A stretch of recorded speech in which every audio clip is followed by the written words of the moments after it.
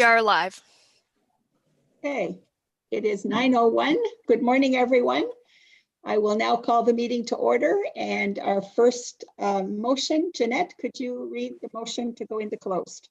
Moved by Councillor McDonald, seconded by Councillor Higgs. Resolved that Council resolve itself into Committee of the Whole closed session as authorized under Section 239 of the Municipal Act to consider adoption of closed minutes of meeting held November 18th, 2020, a position, plan, procedure, criteria, or instruction to be applied to any negotiations carried on or to be carried on by or on behalf of the municipality or local board as it relates to the Ontario Health Teams, and a position, plan, procedure, criteria, or instruction to be applied to any negotiations carried on or to be carried on by behalf of the municipality or local board as it relates to negotiations with MTO regarding the Howe Island Ferry.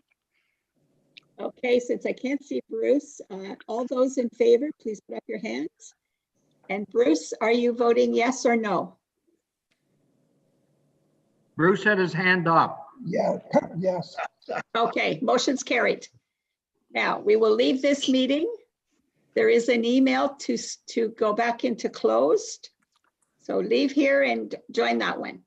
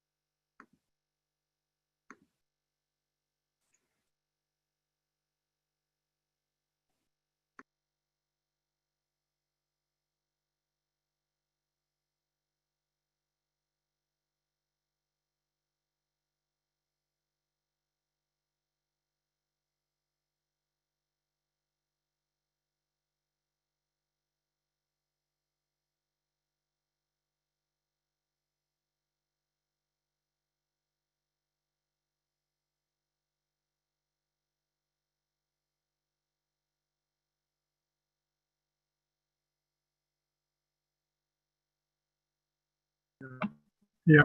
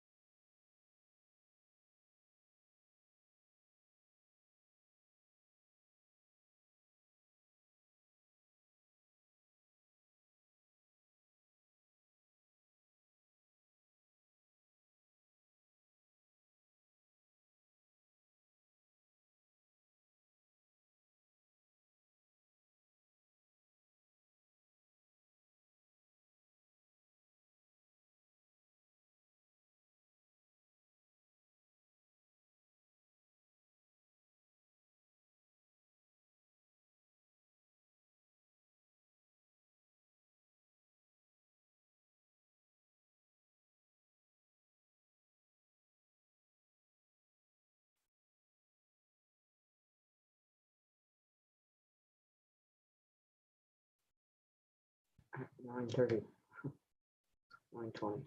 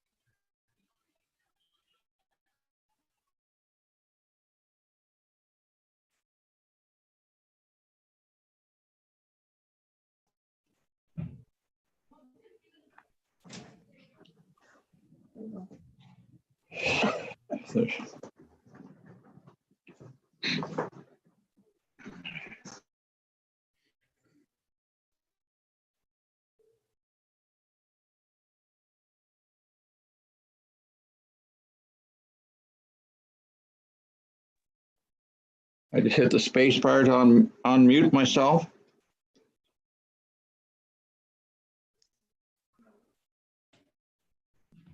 Yeah, I can hear you there, Bill. Can you hear Bruce? I can hear Yes, I Bruce. can hear you, Bruce. Okay, I got it on.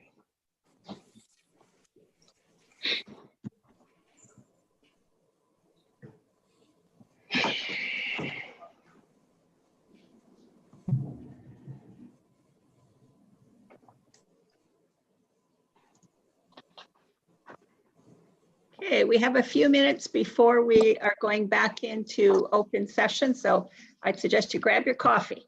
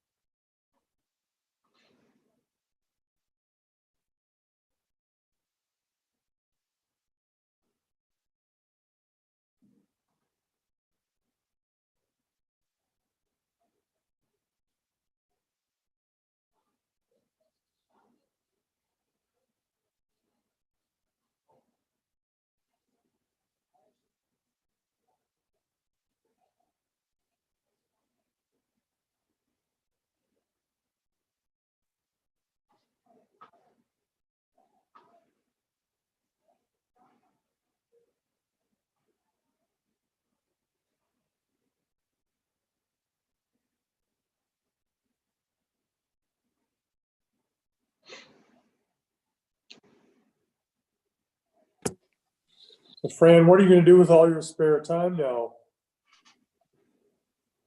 You're muted, so I can't hear you. Sorry, Alan.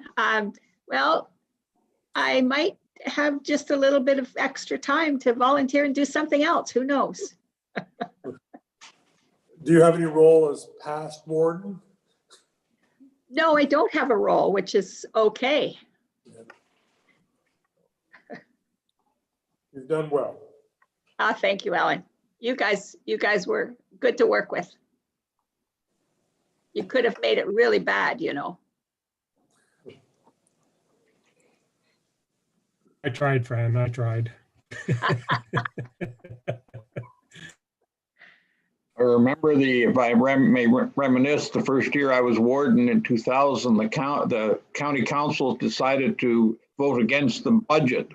The first time it was presented. So they did it more or less as a joke, but it got passed. But remember the people around the table, of course, there were only 4, so.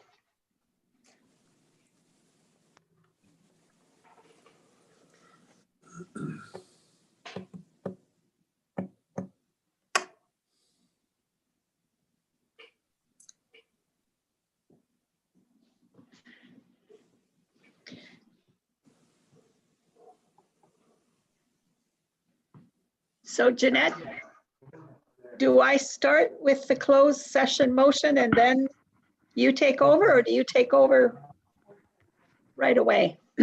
So technically, I'll just do the 2 motions and then we'll go right into election of warden and deputy warden. Okay, good. My job is done.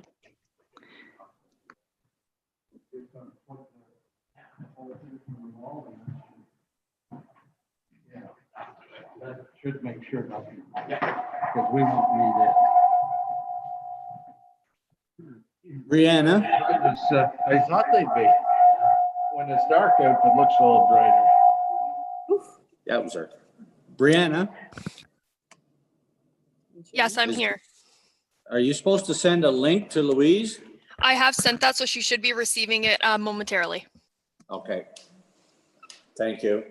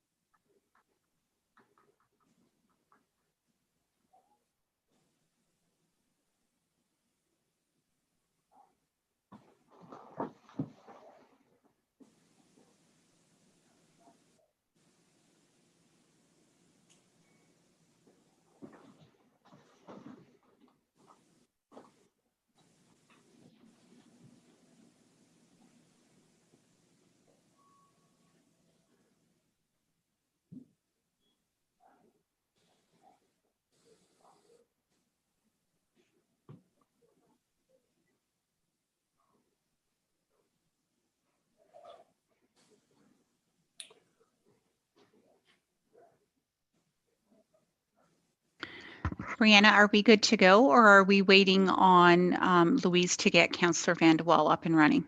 I believe that we're waiting for Louise to get Councillor Vandewaal up and running. I think we better wait.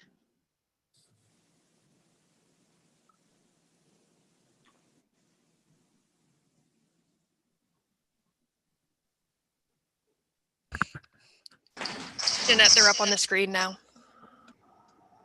Okay, I think we're ready to go. Okay, perfect. So there is a motion just to move out of closed session. That's moved by Councillor Martin and seconded by Councillor Revel. Resolved that Council rise from the Committee of the Whole closed session, that procedural bylaw 2013-0020 be waived, and that Council report. And all those in favor? And that motion's carried. Moved by Councillor Higgins, seconded by Councillor Martin, whereas at its September 18th, 2019 regular meeting, County Council passed a resolution to provide formal notice to the Ministry of Transportation that it will be terminating the agreement for the operation of the Howe Island Ferry. And whereas the County of Frontenac has been in negotiations with MTO as well as the Township of Frontenac Island since that time to either develop a more equitable agreement for the operation of the Howe Island Ferry or a new service provider for the Howe Island Ferry. And whereas these negotiations with the Ministry of Transportation and the Township of Frontenac Islands may result in a more equitable solution for the County of Frontenac to continue the operation of the Howe Island Ferry. And whereas the County of Frontenac, based on these negotiations, now wishes to continue with the agreement with the Ministry of Transportation for the operation of the Howe Island Ferry, therefore be it resolved that the County of Frontenac rescind motion 142-19, that the County of Frontenac provide formal notice to the Ministry of Transportation that it will be terminating the agreement for the operation of the Howe Island Ferry. And all those in favor?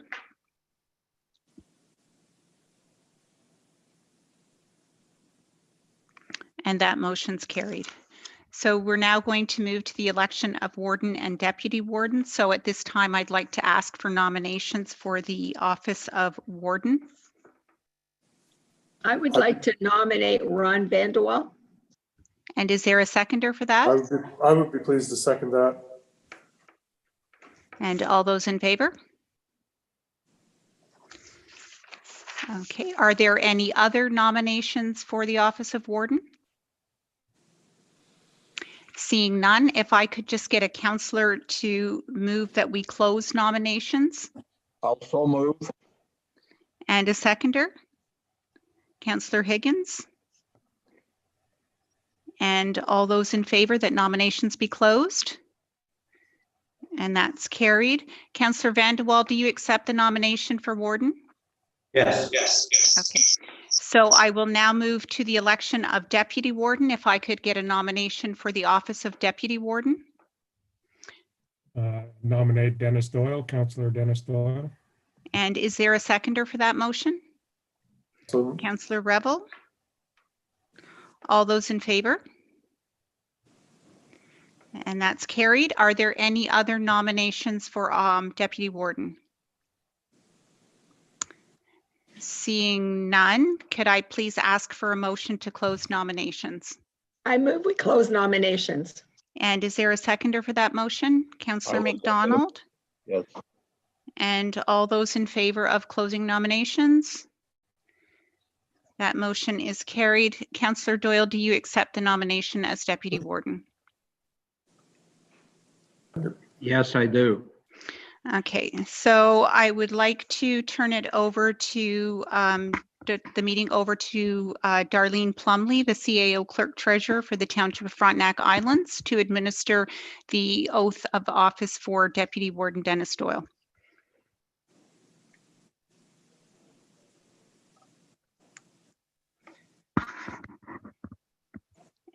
Deputy Warden Doyle, could I ask that you unmute yourself? I'm unmuted. Now that I got my mask on.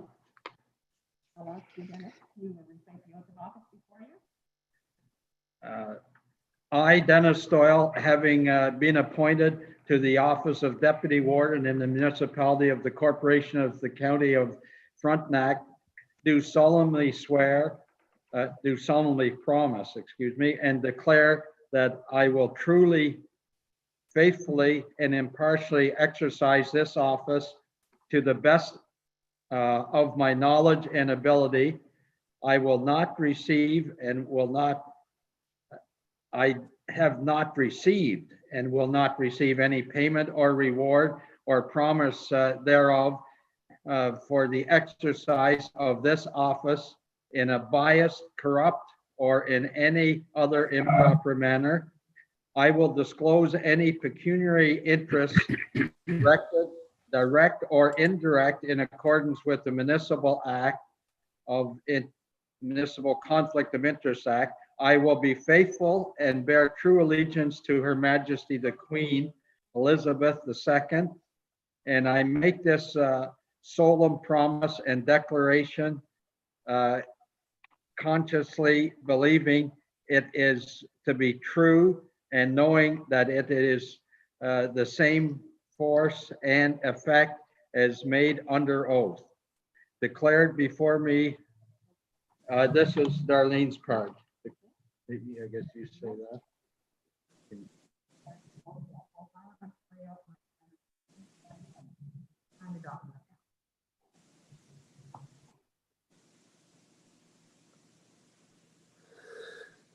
Congratulations. Thank you, and I'll sign the document. Congratulations, Deputy Warden. I'd now like to ask that we turn the floor over to Angela Maddock, who is the clerk of the Township of Frontenac Islands, to administer the declaration of office of Warden to Warden Vanderwall. Thank you. And that'd be South Frontenac, not Frontenac Islands. Yeah. I was going to correct that, Dennis. Just gonna mute yours. It is muted, I'm not sure. Okay.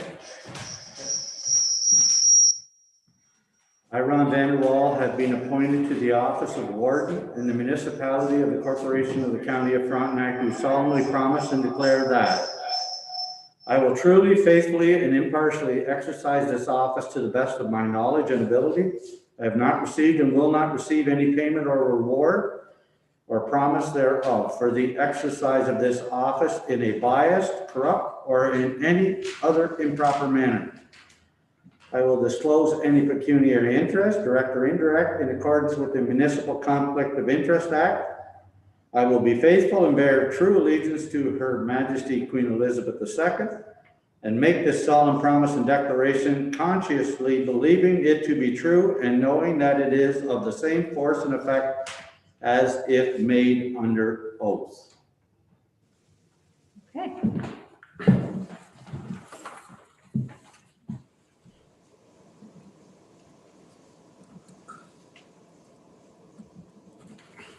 Thank you, Your Worship.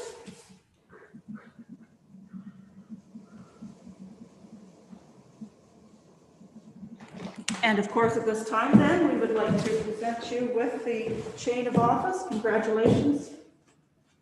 Thank you. Thank you. Congratulations, Ron. Thank you. Congratulations, Warden Vanderwall, and I will now turn the chair over to you.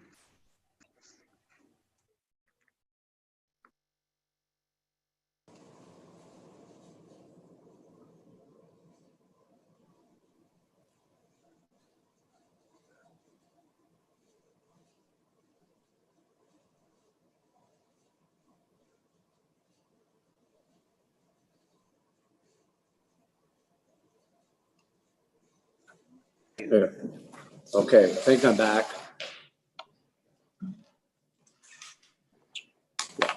Is it working? It's working. Okay, thank you. I don't have much of a speech. I just want to thank you for the support for being appointed warden.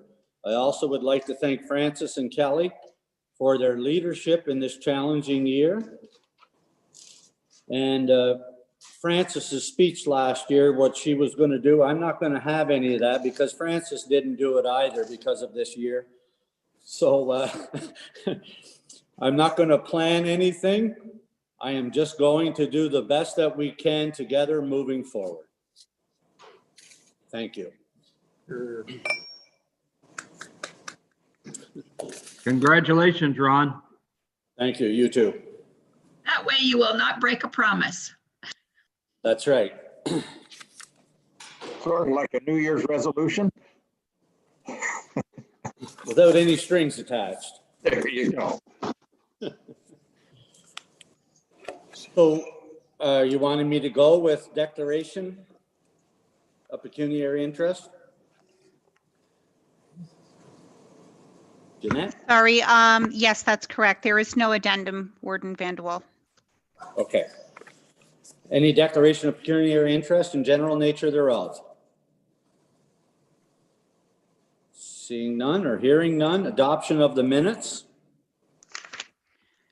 That is moved by Councillor Smith, seconded by Councillor Higgins. Resolved that the minutes of the regular council meeting held November 18th, 2020 be adopted. Any comments? All in favor? Carried. Deputations and or presentations. A video from former Warden Francis Smith.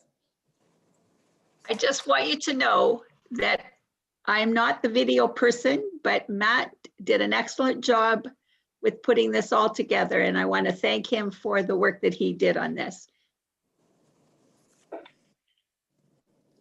And just by way of introduction, I'd just like to thank Warden Smith past Warden Smith on all of her help and support over 2020.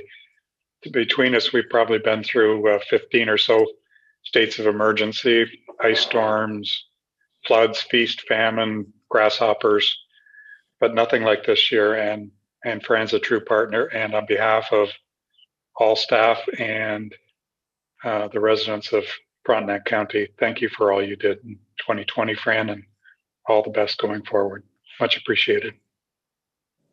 Thanks, Kelly. Here, here.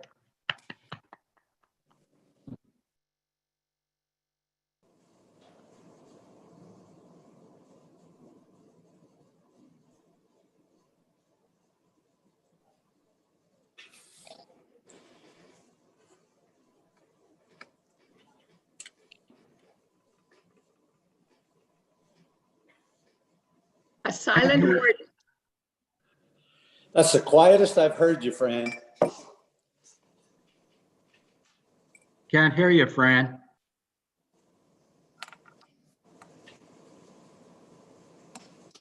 It's 2020. What can I say?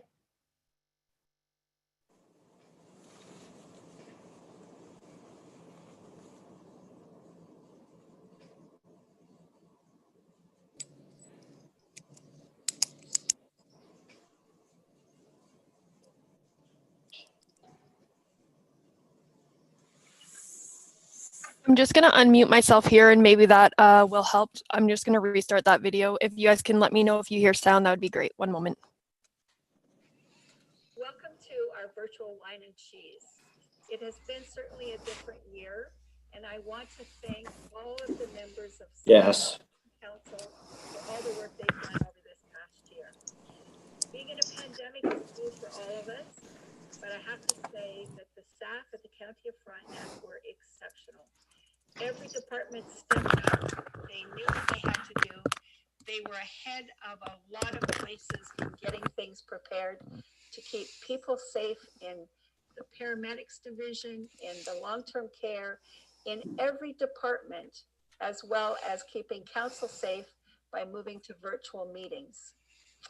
Kelly Pender, under his direction, and all of the department heads have done just a fantastic job. And I want to thank you all for making this year much better than I thought it might be when we first started. Hello, Warden, County Council, County staff, and friends. As we all know, this year has been difficult for everyone. COVID-19 has pushed families, businesses, and all levels of government into uncharted territory. We've seen how important it is to work together to stop the spread of COVID-19. In these challenging times, Ontario municipalities have shown us how resilient and innovative.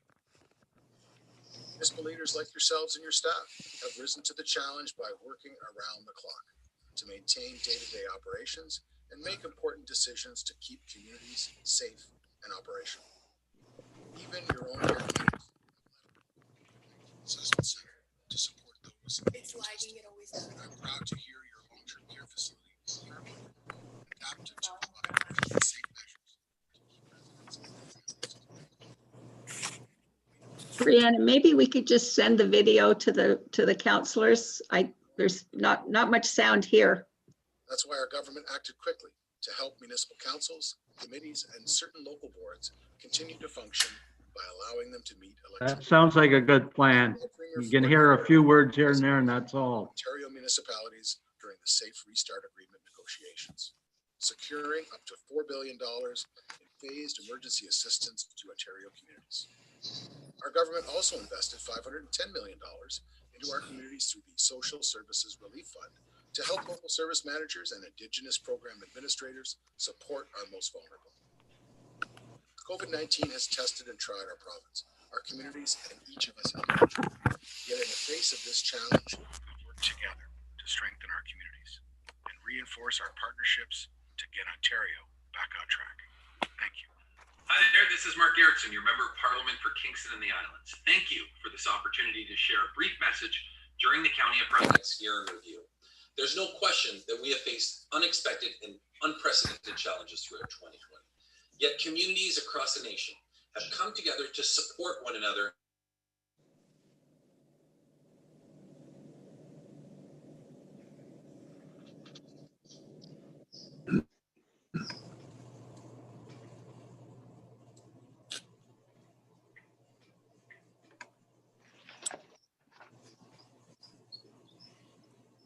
Okay, I think we need to give up. Come on there, Warden. What do you want me to do? Somebody else is running the screen. Tell her to move on. We are. Thank you. There we go. There we go. Thank you.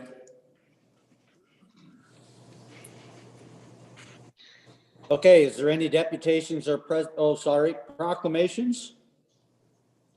None. Move into committee of the whole.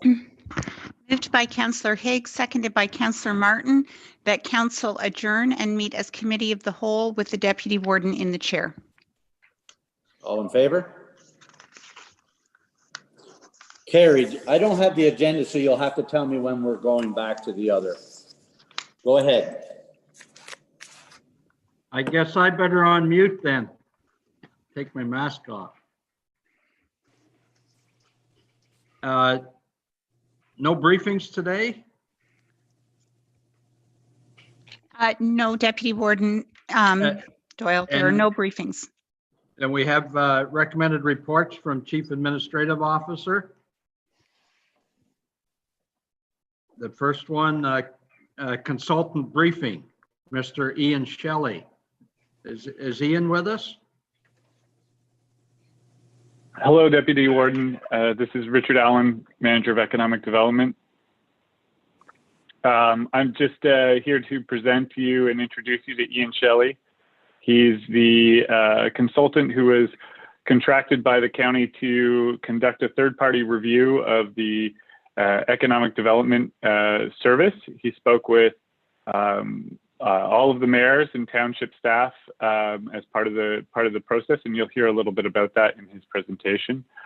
We conducted this review because as we've become more and more successful at economic development in the county, the types of services we provide and the types of activities we engage in have also broadened. And so we were looking for ways to find efficiency and to set priority in terms of the types of services we provide. So Ian and his team came in and provided us with the report that you have in your agenda, and he's going to provide you with an overview. So I'll let Ian describe what their methodology and move forward. So Ian, you're welcome to start your video and present. Thank you, Richard. Good morning, Council. I'm going to share my screen with some slides just to give you some background talking points as we go through it. It's really a summary of what you will see in the report. And I've tried to focus closely on the findings and the recommendations rather than much of the narrative today. So I'm going to keep it fairly focused and give you plenty of time for any questions you have of me, of the work or the findings as we went through it.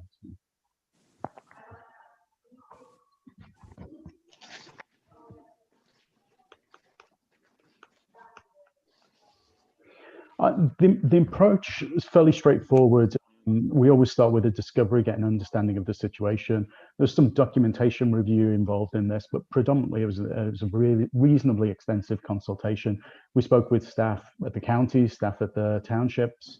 We spoke with county council members. We spoke with peers. So we spoke with 4 other municipalities that have similarities to Frontenac.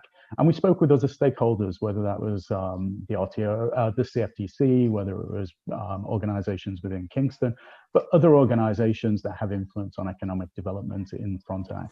And the point of the consultation was to really understand everyone's perspective on the value of economic development and the way it should be structured and should operate. And I want to emphasize the focus of the review was on service delivery, and it's down at the bottom of that. Our review was not looking at whether specific economic development activities should be occurring, whether one activity is better than another in terms of economic development. It was more of a structural and operational review of what the role of the county should be and how it should structure and operate to deliver economic development campaigns. So, we went through those materials, the consultations, the documentation review, the peer input, and looked at our observations on how economic development was functioning, where it was common, where it was uncommon, and where it could be made more effective. And that was done, if you like, offline.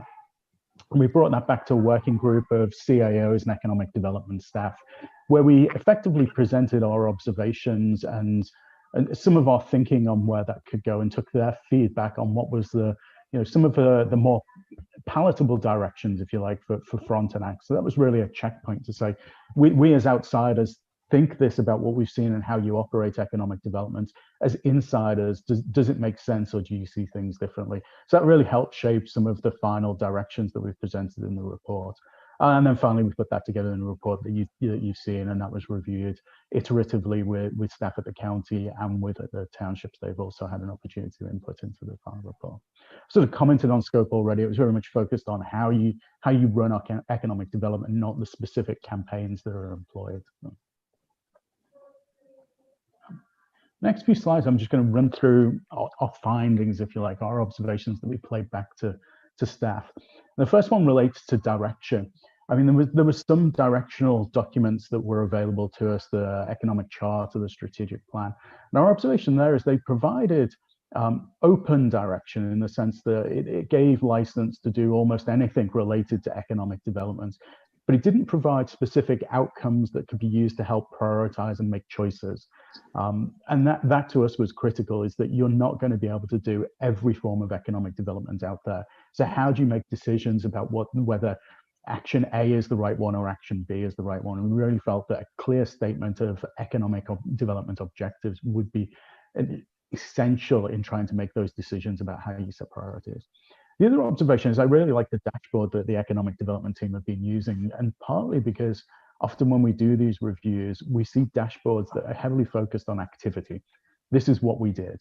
And I like to see dashboards that deal with other aspects of measurement. What did we achieve? What was the outcome? Not just what you did. You did 10, that was great, but what did the 10 deliver? And the dashboard itself has a good mix. The challenge is it relates really to looking at the activities you'd already chosen to do and say whether they worked. It doesn't relate to that overall objective and ask whether these activities contributed to that objective. And so our first directional recommendation is confirming a clear statement of objectives, so you can cascade down into, well, these are the activities that contribute to that objective, and these are the measures that show those activities contribute to the objective. So I think it's fair to say that we saw an awful lot of very positive feedback on the activities that have happened today, but it's that coherence when you put them together as a whole.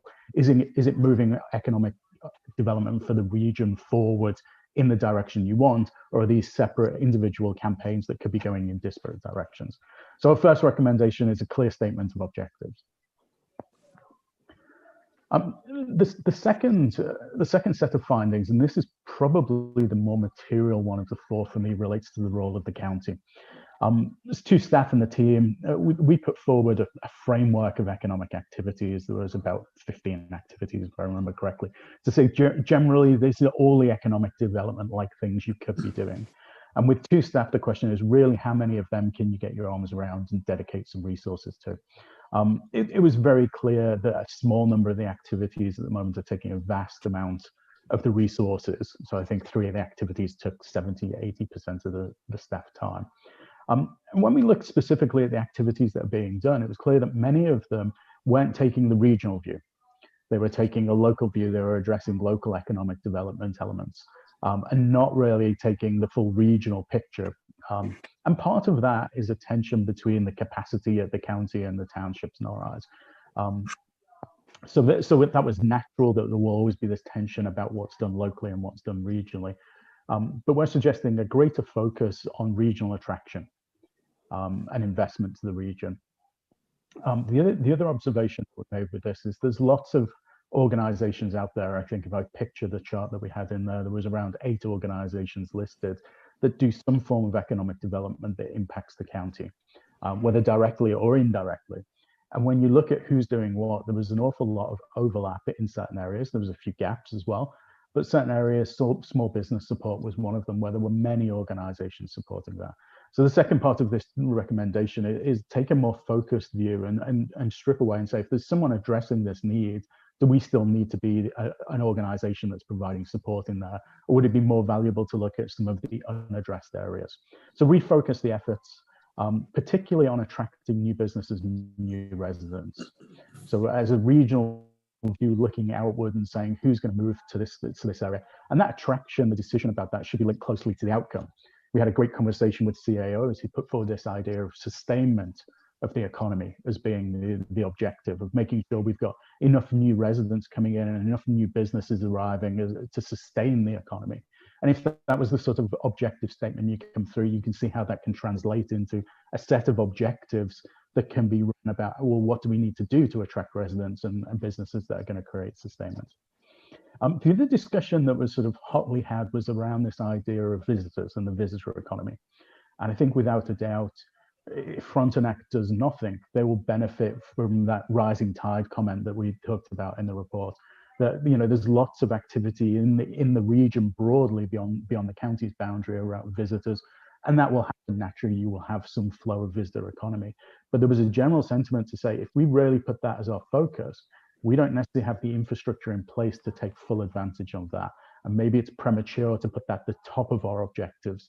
Maybe we need to have a secondary objective here that's looking at community and destination development and putting in place some of the assets that would allow us to really capitalize on the visitors. That's not to say ignore visitors. Visitors are part of what you have. It's just a suggestion that maybe that isn't at the top of the objective. So this one was a big one on refocusing the role of the county economic development team away from some of the local activities and more into some of the regional attraction activities.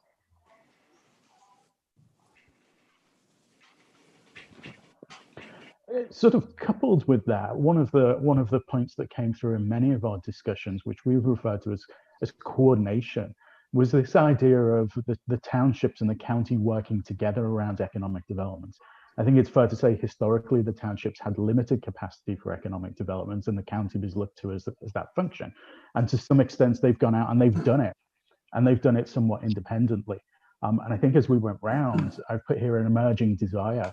There was many people we spoke to in the townships who said, well, we're doing this, or we want to do this, or we have this person doing this. And we've characterized it as emerging desire for greater involvement. And that may vary depending on which of the municipalities you are and what that looks like.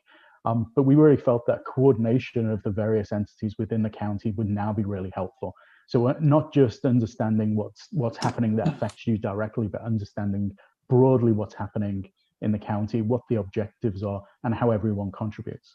We also thought there was a role there for setting priorities, that two-way discussion over what priorities are, or even a three-way, you know, between the township, the county, and the individual townships, to think about more granularly where resources would be best placed to get the biggest bang for the buck would be very helpful. So the county taking that role to form the coordination and make that happen. There was another interesting comment that was put forward, which we've included here, is that the role of the county of being that information custodian as well, of knowing what's happening. So how much demand do we have for lands? How much demand do we have for residential property? What's the picture across the county so that we can plan more informed planning based on the data that's available? And a county with the regional view was felt to be better placed to do that than any one individual municipality. So this sort of contributes another element to that new role of the county of taking that coordination function on top of its regional economic development role. And the final discussion, obviously a hotly discussed topic, was the trail itself. I mean, certainly from what we've discussed with the county economic development staff, the construction and management of the trail takes a material amount of their time today. I think if I remember correctly, it's anywhere between sort of 25 and 40% of their time will be attributed to construction and management of the trail. And I'm sure it comes as no surprise, to anyone on council when we say it's uncommon. The economic development function would have that infrastructure role. And we understand completely that there are no other infrastructure roles at the county that could have taken it on. But it's not a skill set that group embodies naturally. It's not their backgrounds. If you look at other organizations with substantial trail activities, it's often a parks function or an infrastructure or public works function that's taking that on. And in absence, it's fallen into economic development. I think one of the other comments that we took on board strongly was that most people pointed to the trail as a substantial economic development opportunity for the county. But there was many people who raised questions of whether we're taking advantage of that today, whether we're actually getting the economic impact that the trail could produce. So we've brought forward the recommendation of elevating the marketing of the trail, and we're using marketing broadly. It's about getting the economic value out of the trail. It's probably about attraction to the trail. It's about attraction of people off the trail and into local businesses. There's all sorts of facets of what that could mean of taking economic advantage of the trail. So having the county, there was certainly a sentiment we took away where people agreed that the trail is a regional thing. There should be consistency along the trail of its full length. There should be completion. But that attraction, marketing, economic impact role is something that the county should elevate. We've suggested retaining knowledgeable resources to deliver the trail building activities. And when we say knowledgeable resources, we haven't presumed what that might be. I think in the report we talked about the concept, well, are there staff within the individual member municipalities who have that skill set, and can an agreement be made on a compensation benefit basis where they could come in and manage those build out activities? Is this a contract resource that's required? But trying to acquire a knowledgeable resource. The third line that we've suggested is investigating transitioning funded maintenance down to the local municipalities. Having the capability to maintain infrastructure exists. If the county was able to fund that, would the municipalities be willing to take on some of those maintenance activities that, again, is currently managed by the economic development team, and over time, will become an increasingly amount of what the trail is about, is maintaining it. So we've suggested a redistribution of responsibilities there, an elevation in marketing, identifying a resource that can help you complete the build, and investigating what a structure could be around the maintenance activities that could involve the local municipalities. So I'm going to pause there with the four sort of findings, directions that we put forward in this discussion. The first one was the statement objectives. The second one was a new focused role that considers regional attraction. The third was around the coordination of resources to get the local municipalities working together and priorities aligned across all of the municipalities in the county. And the final one was to elevate marketing to deliver more economic impact from the trail, and to reconsider how those construction and maintenance activities would be completed. And at that, I'm going to pause my presentation and open the floor for questions. So I will stop sharing my screen. Thanks very much, Ian. And if you could turn off your presentation, then we can get everybody back on. Do we have any questions from councillors on Ian's presentation? I can't see everybody's picture, so I can't see hands coming up. I'm not sure what happened to most people. I see Alan and Megan's name, but I don't see anybody else. Can you hear me? Dennis, if you go up to view, Dennis, go up into view in the top right-hand corner and go gallery view. Gallery? Oh, there we go. How did that happen? First time it happened. Thanks, Ron. Does anybody have any questions? No problem.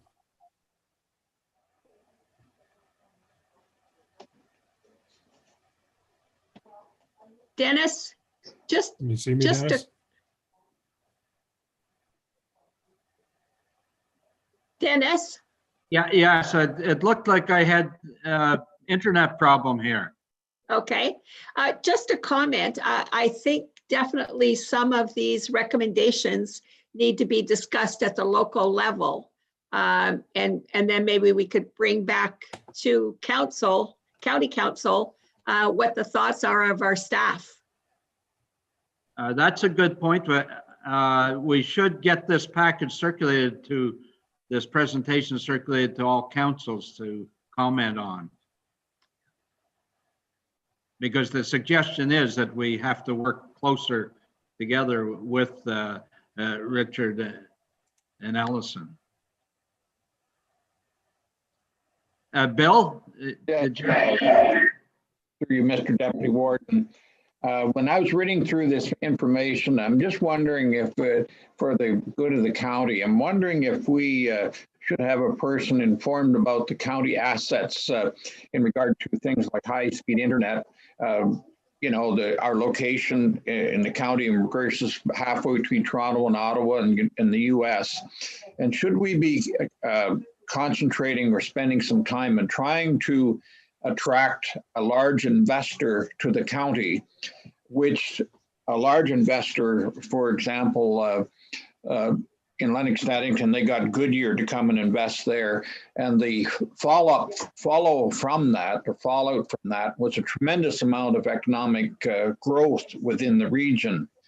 And I'm wondering if we're maybe missing the boat a little bit by not selling the area, not necessarily focusing on individual economic development activities, but rather focusing on trying to attract, like I say, a large investor that would then, of course, support all of the other economic development within the county or activity in any way.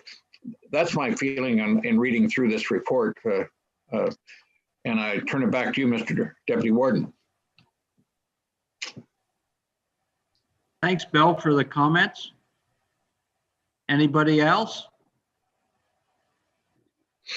It would certainly be nice if we could get something like Goodyear in our region, but I don't know if we've ever put any focus on attracting big organizations like that.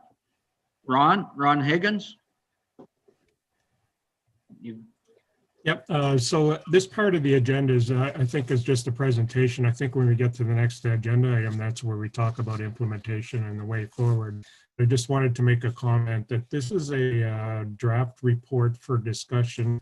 I don't have any issues with the report itself. It looks very solid and well researched and reported. So thanks for that, Ian. I think the discussion if Jeanette can correct me if I'm wrong, we're just it's just a presentation at this time. And we can talk about implementation and next time. I have some thoughts on some of the items in there as well. What I'd like to ask Francis, though, if I could. Francis, you said we need to discuss at the township level first. Could you explain why we need to do it at the township level first? Well, the reason I say that is there was a couple of things that I picked up out of the presentation. One was locally, we should probably have some economic development folks in our offices that can work with the county. And secondly, the operation and maintenance of the trail to fall to the roads department or the parks department. So those are both things that affect the municipalities, the lower tier, staff-wise and dollar-wise. And I think I can understand why those things would happen, but I just don't know that we have the ability to do that as we are now. Ian, you got the floor, Ian? Sorry, Councillor Smith, just one slight clarification. On the maintenance activities, we'd suggested that the county would fund those, so it would be almost a contracted arrangement, that you had the resources, the county has the funding to maintain it. And we're suggesting an investigation at the moment, certainly, not saying it's a fait accompli. In terms of the coordination, I'd absolutely agree. We are suggesting coordination, and it would be up to yourselves what what role that takes. We're very aware that each of the member municipalities has a different depth of bench at the moment and a different ambition around that. That said, there was always somebody who said, yes, I'm doing some of that work at the moment. So it wasn't necessarily, we weren't asking the municipalities necessarily to commit additional resources beyond the participation and coordination with the resources that they want to apply at the moment, so they have a voice at the table. So they're just two clarifications, not suggesting that lower tier shouldn't be consulted, but just want to be clear that we weren't necessarily suggesting that you should be investing substantially in this.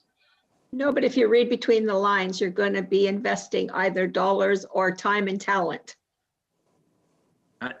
And I think Ron made the point, the resolution that follows basically says we'll get back into that kind of detail in Q2 next year after receiving a report back from staff. Can we move on to the resolution? Jeanette, perhaps you could read the resolution. Moved by Councillor Rebel, seconded by Councillor McDonald. Be it resolved that the Council of the County of Frontenac receive the Economic Development Service Review Report, and further that staff be directed to return to Council with a plan for implementation and next steps in Q2 2021. Thank you. Any comments on that before I call the vote?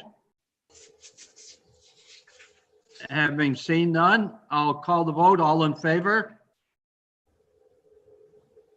Everybody's hands up. It's passed. Thanks very much, Ian and Richard. And we'll move on to the corporate services 221 tax rate.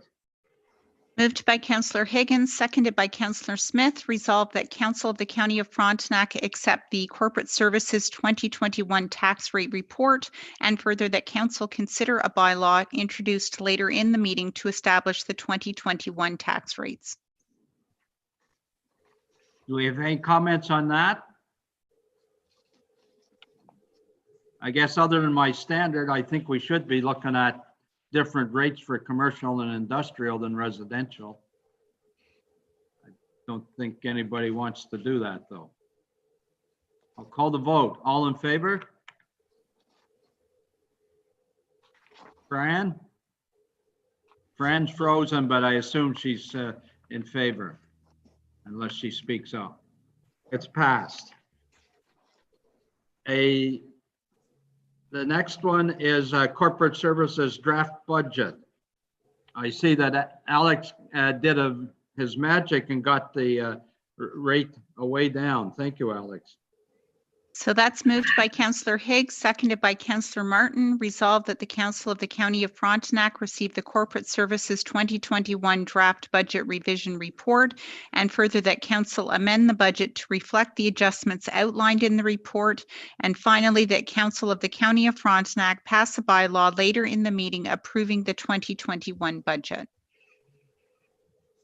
Any questions on that? I was very pleased with the rate coming down to 2.1. I'll call the vote then. All in favor? Carried. Other than I think we've lost Fran completely. She's probably having internet connection problems. The next one is the gas tax allocation. You have a resolution there, Jeanette? I do. Moved by Councillor McDonald, seconded by Councillor Revel. Resolved that the Council of the County of Frontenac accept the Corporate Services 2020 Federal Gas Tax Distribution Bylaw Report, and further that the clerk be directed to bring forward a bylaw to authorize the distribution of federal gas tax to the townships for 2020. Any questions, Bill? Yes. Yes. Through you, Mr. Deputy Warden, to maybe Alex, if he's on the line, is how much in actual fact has this changed since the last time we passed the federal gas tax allocation, the dollar? Basically, the weighted assessment, how much has that changed and how has it affected the numbers? Fairly minimally. So the 801,000, but basically the amount of gas tax didn't change. In terms of the weighted assessment, it might be 0.05 one way or the other, depending on who grew. It's nothing major. Okay, thank you. Thank you. Yeah, I think we lost a few thousand or maybe a few hundred actually, because our proportion of the assessment went down. Ron, Warden, I should say. Thank you. I was wondering if, I know later on in the Q2, I think we just said about economic development and one thing or another. And I was wondering if we should either think about holding some of this, a small portion of this money back, or if we are going to do anything with economic development, if we should look maybe at this fund of how to allocate some of it. That's just a thought. Any comments on that?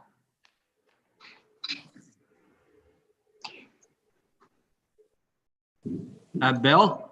Yes, I was just wondering, taking Ron's suggestion, would withholding a percentage of the gross, it's not going to affect the amount to each of the municipalities, but if you will withhold 10% of the overall, it would be very little, and it might set up a fund from which to do economic development. Just my suggestions, Mr. Deputy Warden. I think maybe that's something we look at for next year, but do it this, is that okay, Warden? Yes, we'll have that discussion later then, because I wouldn't want to do it on percentage wise. Yeah. Yeah. Anyway, okay, that's fine. Okay. I'll call the vote. All in favor? Carried. And I don't think I see Fran Collin back in yet. Maybe Brianna will be able to get her on somehow.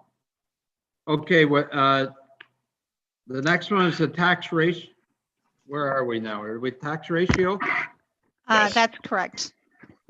Could you read the resolution, please, Jeanette? Yes, moved by Councillor Higgins, seconded by Councillor Martin. Resolved that the Council of the County of Frontenac accept the Corporate Services 2021 Tax Ratios and Tax Rate Reductions Report, and further that Council consider a bylaw introduced later in the meeting to confirm the 2021 tax ratios and tax rate. Any questions? Having seen none, I'll call the vote. All in favor? Yes. I think Fran's back in on the phone. Is that correct, Fran? Yes.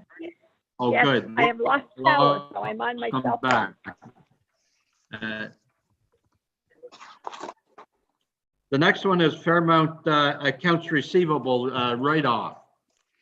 Moved by Councillor Revel, seconded by Councillor McDonald. Resolved that the Council of the County of Frontenac receive the Corporate Services 2020 Fairmount Home Accounts Receivable Write-Offs Report, and further that Council authorize the Treasurer to write off accounts totaling $16,774.48. Any comments or questions on that? Jerry. I'd like to make a comment These write-offs are primarily because of deceased people with no estate. There just is no money there to collect from these individuals. That's the reason. That's the primary reason for the write-offs. Thank you. Thanks for the clarification, Jerry. Any other comments or questions? I'll call the vote. All in favor?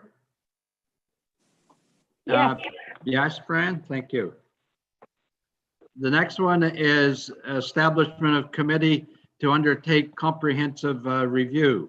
And perhaps, Jeanette, you could read that one. So I can certainly read the motion, Warden Doyle, but I am looking for councillors to put their name forward to sit on this committee. So the motion is, be it resolved that a committee be established to conduct a comprehensive review of the County of Frontenac Procedure Bylaw, and further that the terms of reference for the Procedure Bylaw Review Committee as outlined in Appendix A to the Corporate Services Establishment of Committee to undertake comprehensive review of Procedural Bylaw 2013-0020 2020 report be approved. And further, that the procedural bylaw 2013-0020 as amended be further amended to add a new Schedule B8 procedural bylaw review committee attached to this report as Appendix A. And further, that council appoint the following members of county council to the procedure bylaw review committee. So the report suggests 3 members. It doesn't have to be 3. It can be 4 if there's more interested.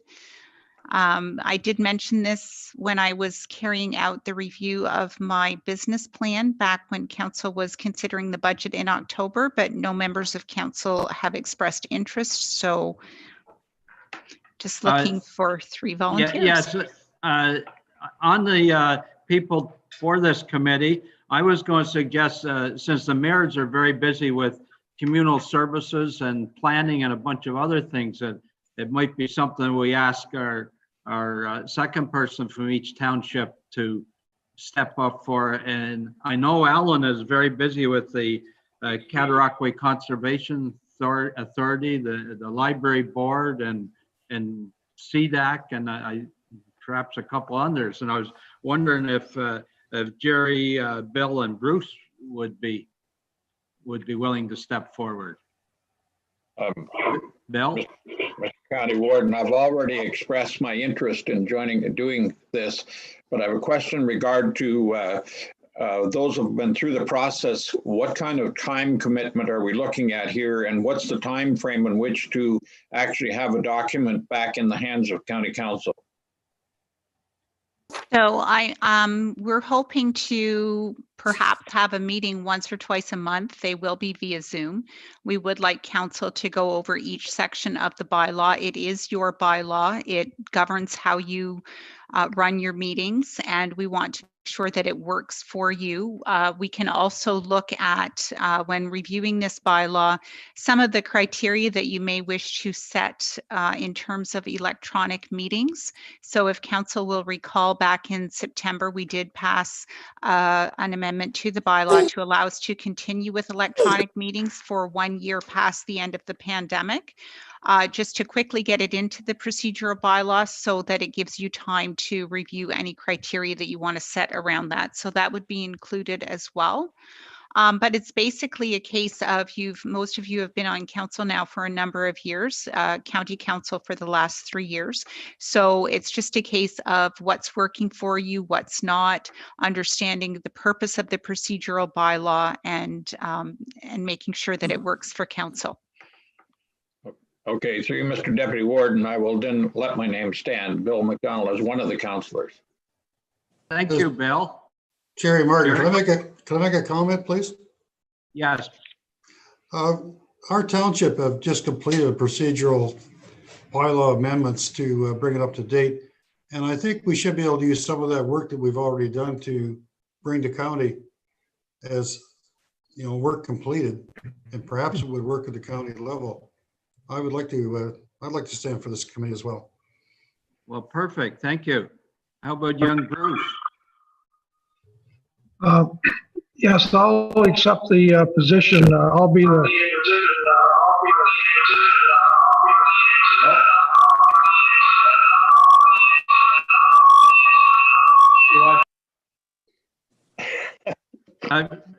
Bruce, I think, has a conflict with my computer, but he says definitely he'd be glad to accept it. Anybody else? Yeah, Alan? Well, I would be willing to participate, I think, if there's room to fit in. Well, if you have time, I'd be pleased with that. How about everybody else? Yes, yeah. So Jeanette, can we add Alan as well? And absolutely. Okay, so we've got the 4 councilors participating. If there's no more questions, I'll call the vote. Bill, did you have a comment?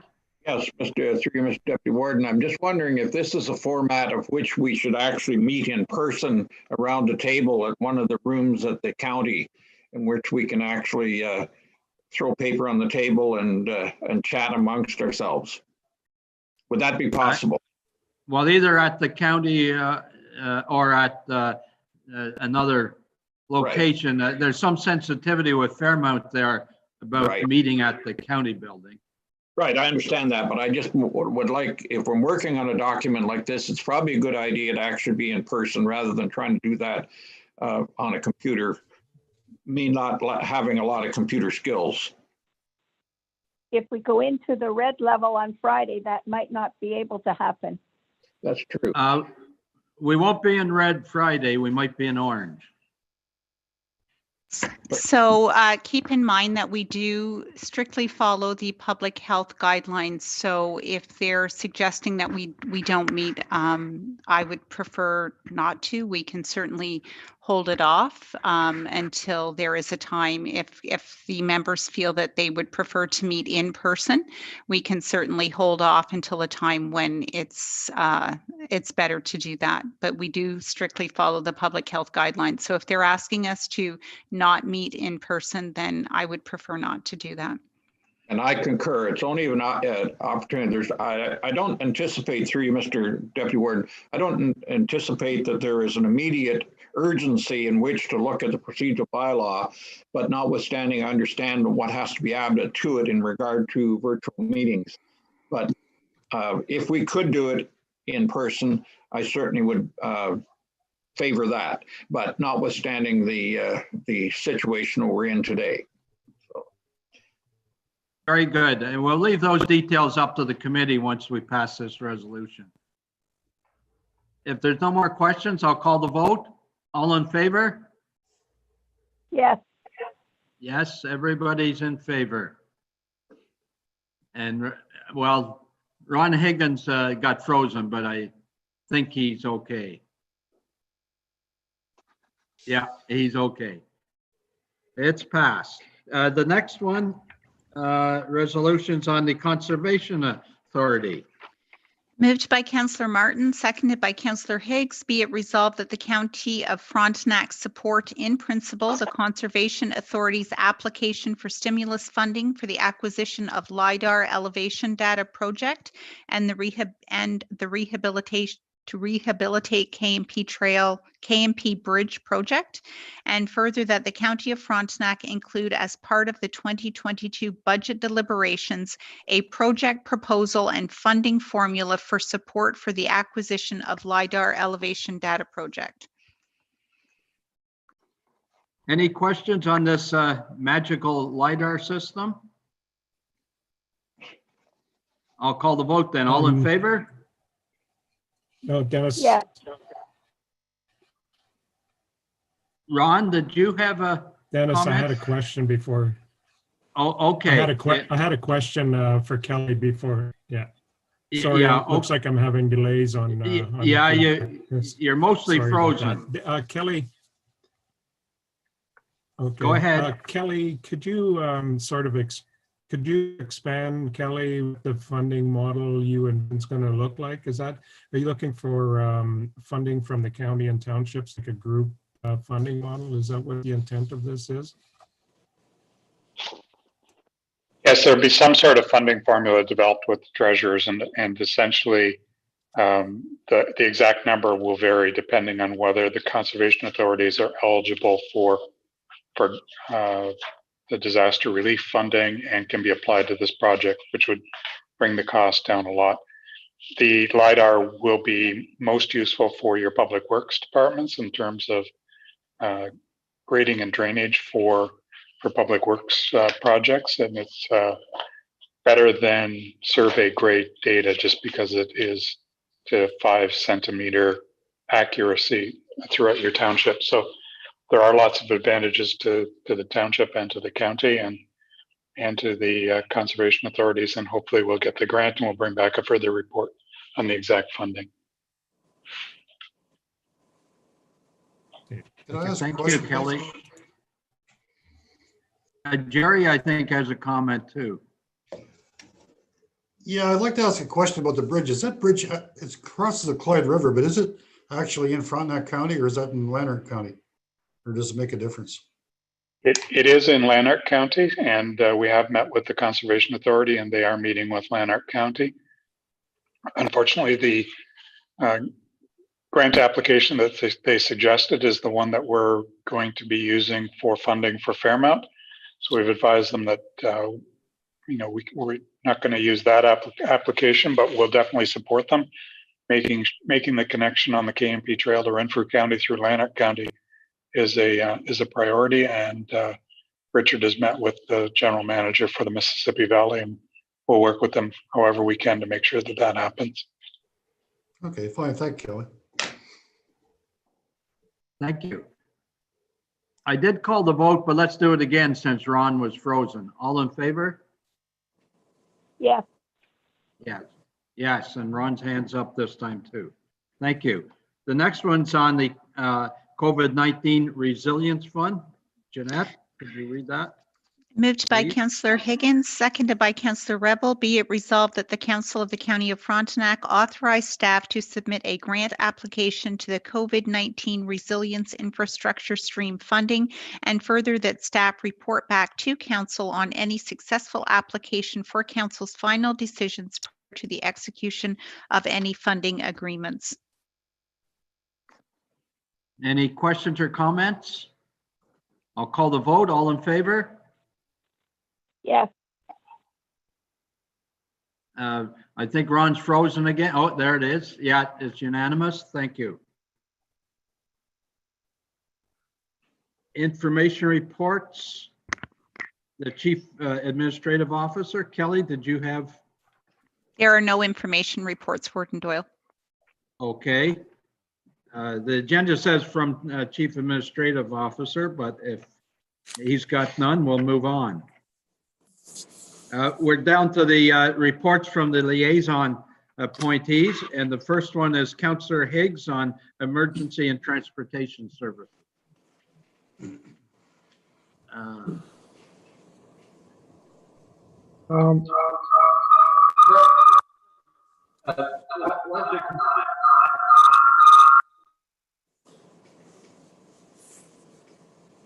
We're just going to use my computer because we had a conflict there.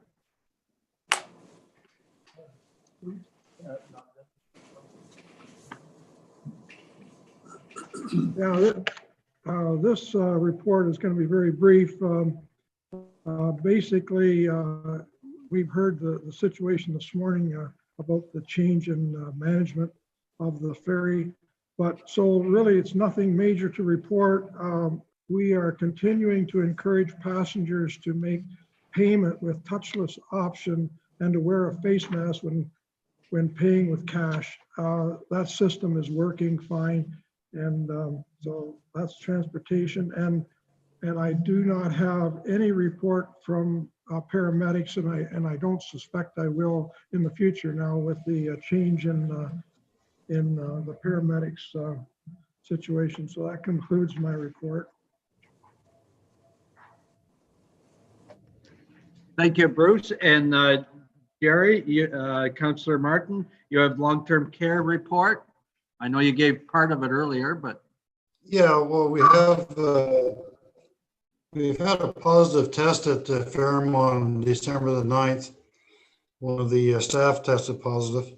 So all the exposed staff are now in isolation, and they have backup staff to cover those positions. And all the non-essential visits, whether outside or window visits, have all come to a halt. All short stay and day excursions have all been postponed for the residents. And they can have one essential visitor per resident, but that person will have to wear full protective gear. And all the residents are being tested for COVID-19. And I think those results should be back by now. And Kelly probably knows whether or not there was a positive test. I don't have that information. But that's the latest that I am aware of with Fairmont. Kelly, do you know any further? We're all clear at this point. So thank you, Councillor, and a big thank you to Susan and her staff who've been dealing with us on a day-to-day basis. But things are looking positive moving forward, but we remain diligent. Thank you. Thank you, Kelly. Any questions for Jerry? Having seen none, we'll move on to Councillor Ravel on planning and, excuse me, it's corporate services, Councillor McDonald. That's okay if you want to jump over me, Mr. Deputy Warden. That's okay.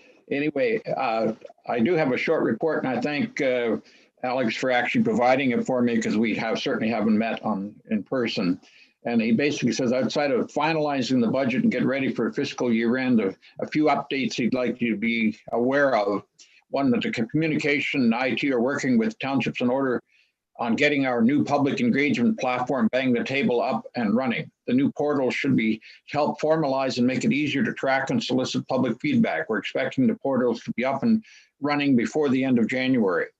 And they continue to be busy wrapping up projects for year end, working with South Frontenac Township planning folks and public health units on retrieving all septic inspection records for the 4 townships, updating all network switches and wireless access points at each paramedic base, installing new wireless link between the administrative building and the outdoor center at Cataraqui Conservation, installed new network switches and wireless access point at Cat Conservation Authority, RF4 new laptops and desktops closed on December 14th and to be awarded December 15th. 6 vendors responded.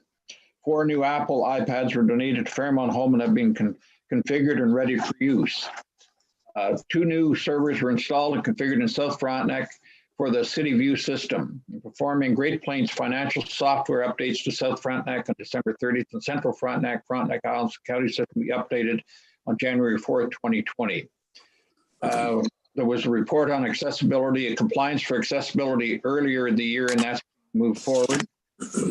And the province announced details in December for a new premium to be paid to personal support workers at long-term care facilities where employers would pay employees $3 per hour premium retroactive to October 1st, 2020, and going forward to a maximum of March 31st, 2021. Payroll and scheduling staff are working to meet the requirements of this provincial program so that the first payments can be made before the end of next week.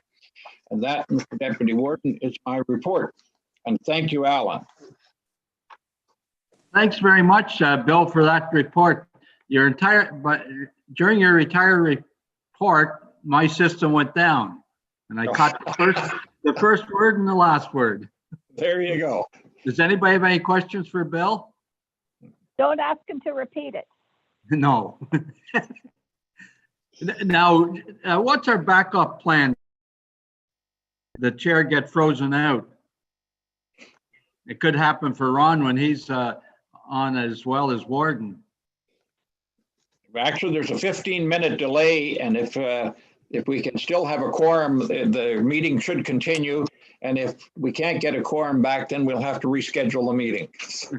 There's a guy who knows every word in the procedural bylaw. We picked a good person to be on that committee.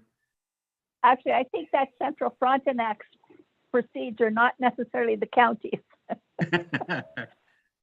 Okay.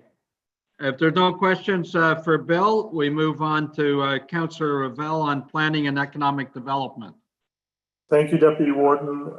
So there's been a 4th meeting that's been held for the Communal Servicing Governance Committee. And they're currently looking at 3 different models for operating a utility. As expected, the committee will have recommendations for County Council early in the new year. In terms of planning applications, the county has probably completed their busiest year ever. Have now completed 121 applications for this year, so that is a significant increase, I think, from the years past. It's with regret that we acknowledge that our former manager of community planning position, Megan Reichwald, accepted a position of the town planner for Arnprior, and her last day was December 11th. Position has been circulated and potential candidates are available, and hope to have the position filled by late January, early February. In terms of economic development, the KMP Trail is virtually all completed, looking at a couple of snowmobile clubs for winter operations who will assist with the care of the trail over the course of the winter. There's a tourism sentiment presentation held on November 26th They looked at some tourism expert. The plan would be to see whether there are any visitors coming to the county and whether the county can accept the visitors easily. The advice of the tourism businesses to market their products locally as much as possible. And that leads into the Buy Local social media campaign, which is being pushed by the county. So that's the end of my report, Deputy Warden. Thanks very much, Alan. Any questions for Alan? Having seen none, I think you're on next under external boards for library board, Alan. Yes, again, thank you, Deputy Warden. Our library board will meet later today. I think the library is currently pretty much up and running throughout. There still are some limitations in the number of patrons for some of the busier sections and busier libraries, but otherwise things appear to be running fairly smoothly, and that there's nothing much else happening in view of particular interest for the libraries. Thanks very much, Alan. Any questions? Warden Vanderwall? Just a comment. It was on the news, Alan, that they have canceled the penalty for book return as of today. Yes, thank you. The thought was that having fines for late material was often a deterrent for some are lower income groups to access the facilities. And in many cases, patrons who acknowledged the late return of materials were often making donations, which largely offset any losses that the library system would occur from waiver of the fine. So it was a decision that felt that would increase access for all residents in our community by eliminating any fines. Thank you, Alan. Any more questions? We'll move on, and the next one is my report from the Public Health Unit. I think, as most people have heard in the press, we've had some setbacks recently. Primarily, the first biggest one was the Gananoque Chev Buick dealership, and I think they're up probably over 50 cases as a result of that now, about half of those in our region. The next big ones are at Queen's University, and as of this morning, we were over 45 cases due to some house parties from, I think it was the first weekend in December, and they're expected to still increase from that because typically there's a 2-week lag before you get to the peak of cases. So with that, we're over 100 cases active right now today, and that puts us somewhere over 400 total. So a quarter of them that we've had since the beginning in March are just as a result of the last week or so. So we're getting into dangerous zones, and we fully expect that Dr. Williams is going to put us in the orange category by Friday. I think they make that announcement Friday morning. And if it keeps going on at that rate, it won't be long before we're in the red. And that's the final step before full lockdown. So the message from public health is that we have to be extra vigilant over the Christmas season. I know everybody's tempted to get together with family and all that, but we've got to be very careful that they're primarily with people in our household. The other key point that public health wants people to do over this busy season is only go out for absolutely essential things. If at all possible, stay at home. And if you're going to stores, make sure they're fairly safe ones. We certainly wouldn't recommend that you go to stores anywhere close to Queen's University, where they've got all sorts of cases, and there's no indication that that's going to slow down till the kids go home at Christmas, if they do. and they'll be gone for 2 weeks, but then back. But I wouldn't go any place that's risky. The other thing that I would suggest that if you're in a place, just kind of do a scan and make sure that they are following procedures, wearing masks and so on. And you have the option of leaving if you're not comfortable. So I think that's enough. I think everybody's fully aware of what's going on. And I want to thank everybody for the support. Without the municipalities and the broader healthcare network and businesses and public at large, we will not win this war. So we all have to work on this vigilantly. Thanks. And Warden Vanderwall, you have a comment? Yeah, I just have a comment that I think if we listen to those recommendations, not going out, only essential, that lets all the men off in the room for buying Christmas presents. Oh, you haven't bought it already. Very good. Okay, so now we're on to Councillor Smith on Housing and Homeless Committee update. No update. Our last meeting was canceled. Okay, well, I'll turn the computer over to Councillor Higgs on the Food Policy Council.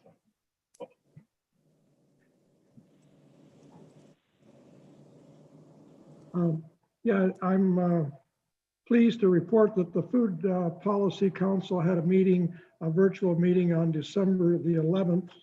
And this is further to my report last month regarding Bill 16, which is a food literacy for students bill.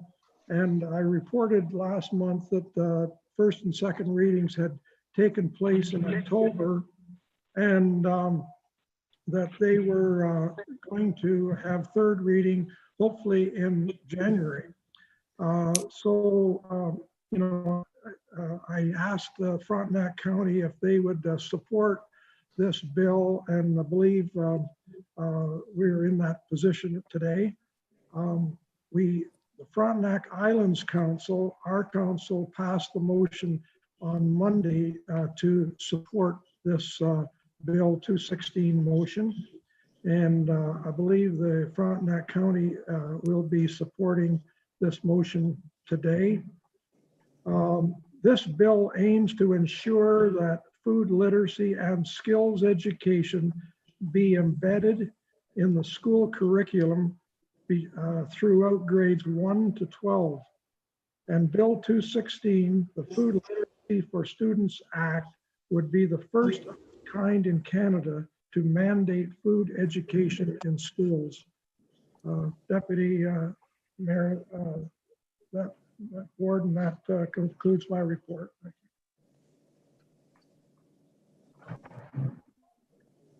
Thank you. I think now we're returning to regular council. Is that correct, Jeanette? That is correct, Deputy Warden Doyle. Moved by Councillor McDonald, seconded by Councillor Smith, that council revert from committee of the whole council to council. All in favor? Or, well, any comments first? But yes. Yes. Chair, over to you, Warden. Thank you. Then we'll go through the adoption of the report of the committee of the whole. Moved by Deputy Warden Doyle, seconded by Councillor Higgins, that the report of the committee of the whole be adopted and that the necessary actions or bylaws be enacted. Any comments? All in favor? Yes. Carried. Notices of motion which have been given. So through you, Warden Vanderwall, this is quite a lengthy motion. So if it's okay with council, it was included on the agenda that I just read the resolve clause. Thank you.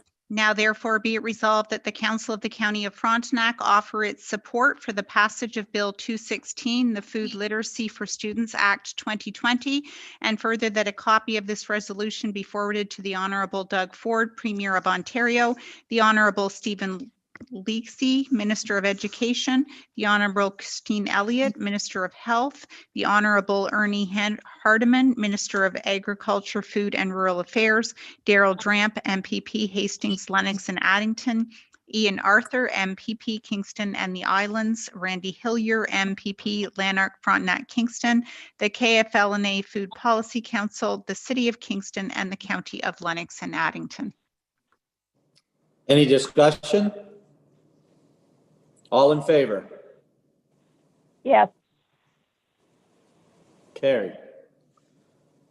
Communication from Councillor Higgins. That's moved by Councillor Higgins and seconded by Councillor Martin. Be it resolved that the County Council open discussions on the correspondence received from Councillor Higgins regarding working towards a single-tier municipality for Frontenac. Are we having those discussions today, if that's open? I think this motion is basically to open up that discussion if there's will from council to have that discussion. Okay, we've heard the motion. Is council willing to open that discussion? Are you wanting to speak to it, Councillor McDonald?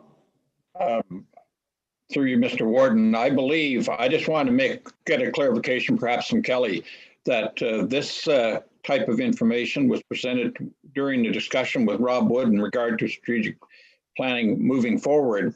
And the question was asked whether or not county wanted to discuss restructuring, and I believe it was voted down in that environment.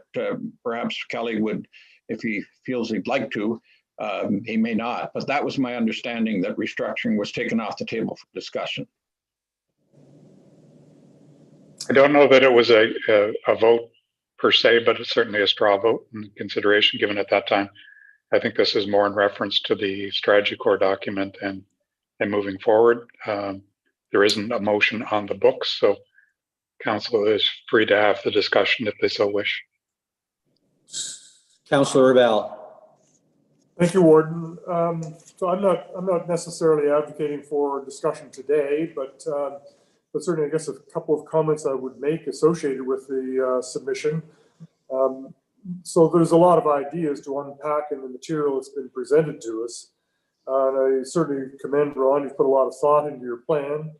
I note though, as author, there are probably no gaps in your thought processes, but for me as a first look at the material, there needs to be more clarity in some of the assumptions that have been made. And I do suggest that some suspicion that the boundary adjustments that you propose would take significant consultation and take some time to put in place. So if they're fundamental to moving forward, I can see some concerns in those areas. So I don't sure today is the best forum to do so, but I'm not unwilling to look at it, but certainly I see some concerns moving forward. Any other comments? Well, I would say that I'm not interested in looking at a single tier. I think there's very few of them across the province, and there's a reason for that. So I will be voting no to the motion. Councillor McDonald, once more. Yes, if I may, through you, Mr. Warden. I just want to give a hindsight is that I was on council when restructuring happened back in 98, 96, 97, 98. And that is a considerably disturbing suggestions to make. And for anyone who was involved in that will look back, there was a lot of really tough decisions to be made. And I would not entertain the idea of restructuring again at this point. So I just want to say that I was involved in the last time and it wasn't a pleasant experience.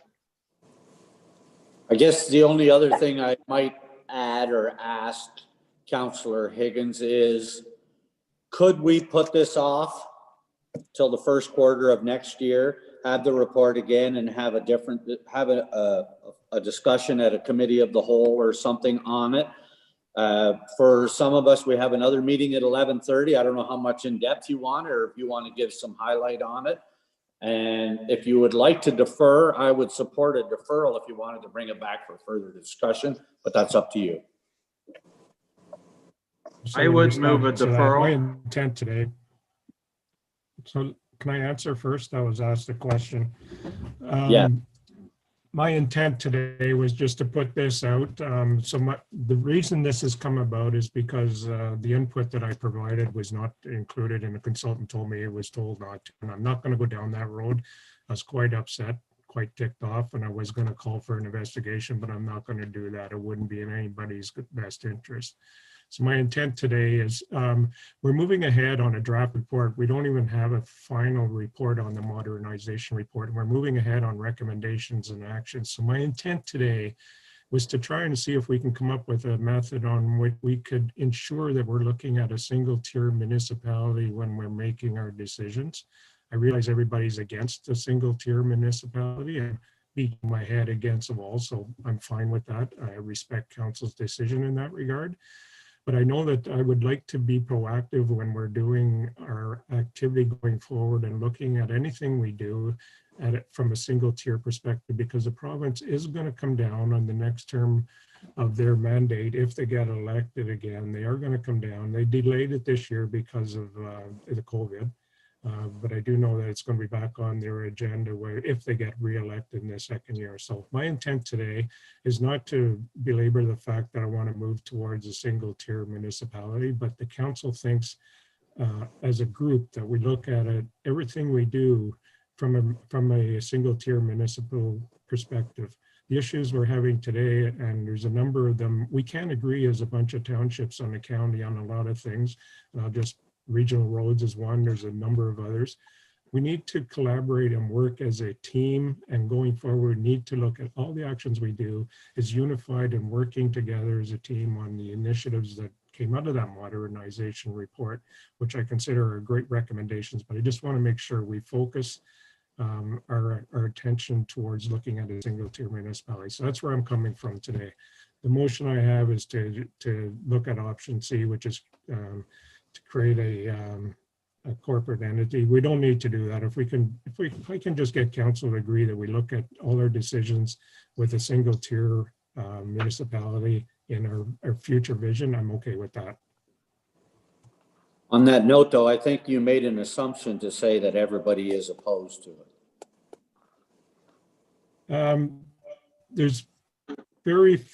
There's nobody that said yes. There's a couple of you on the fence, and there's some of you just straight no. We heard a couple of them today. So that shows how divided we are. So knowing that we're divided in that aspect, if we could just agree to focus in that direction, I'd be okay with that. Okay, so we aren't going to just. I think we'll cancel that motion then. Is that what you would like to do? And if we look at it from collaboration and working together, moving forward, and have that in our vision, then you're okay with it? I'm okay with it because, like I said, I'm just beating my head against the wall, and the council's doesn't have the appetite for it, so I'm okay moving the motion. I don't want to take up everybody's time trying to push this through. Okay, so clerk.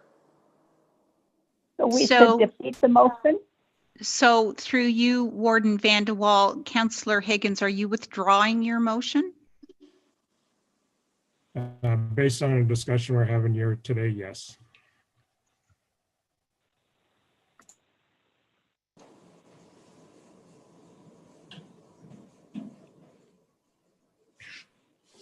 So I will note in the record that the motion has been withdrawn at this point. Okay. I'm actually not opposed to having some of those discussions at a committee of the whole in the new year. However, maybe more broader or whatever. Okay. Can I suggest those discussions will happen when we look at service delivery review and try to work together on a number of those issues? Yes. Agreed. Okay, good. Giving notices of motion. None? Communications?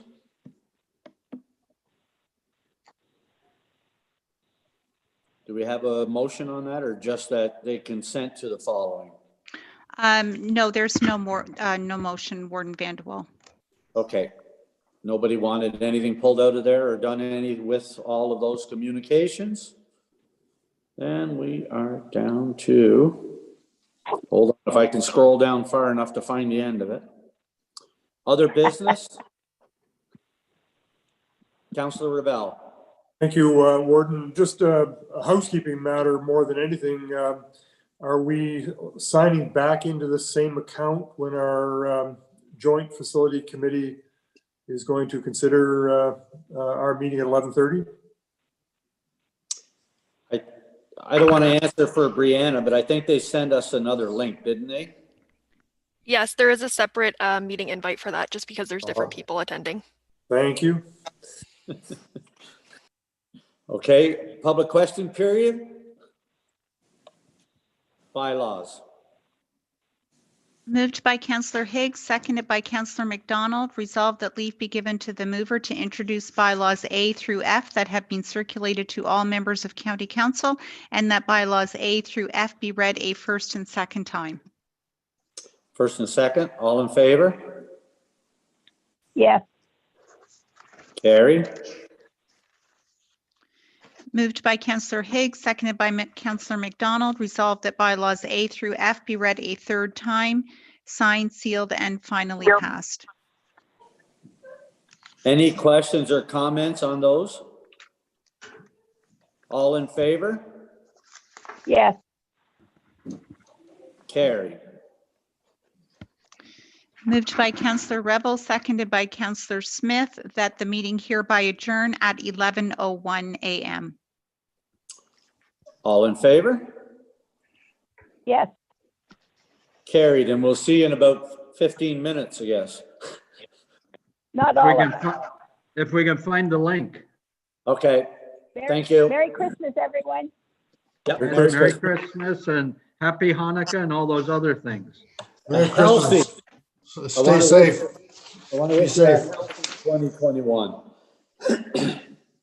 Let's hope it's better than 2020 and we get vaccinated.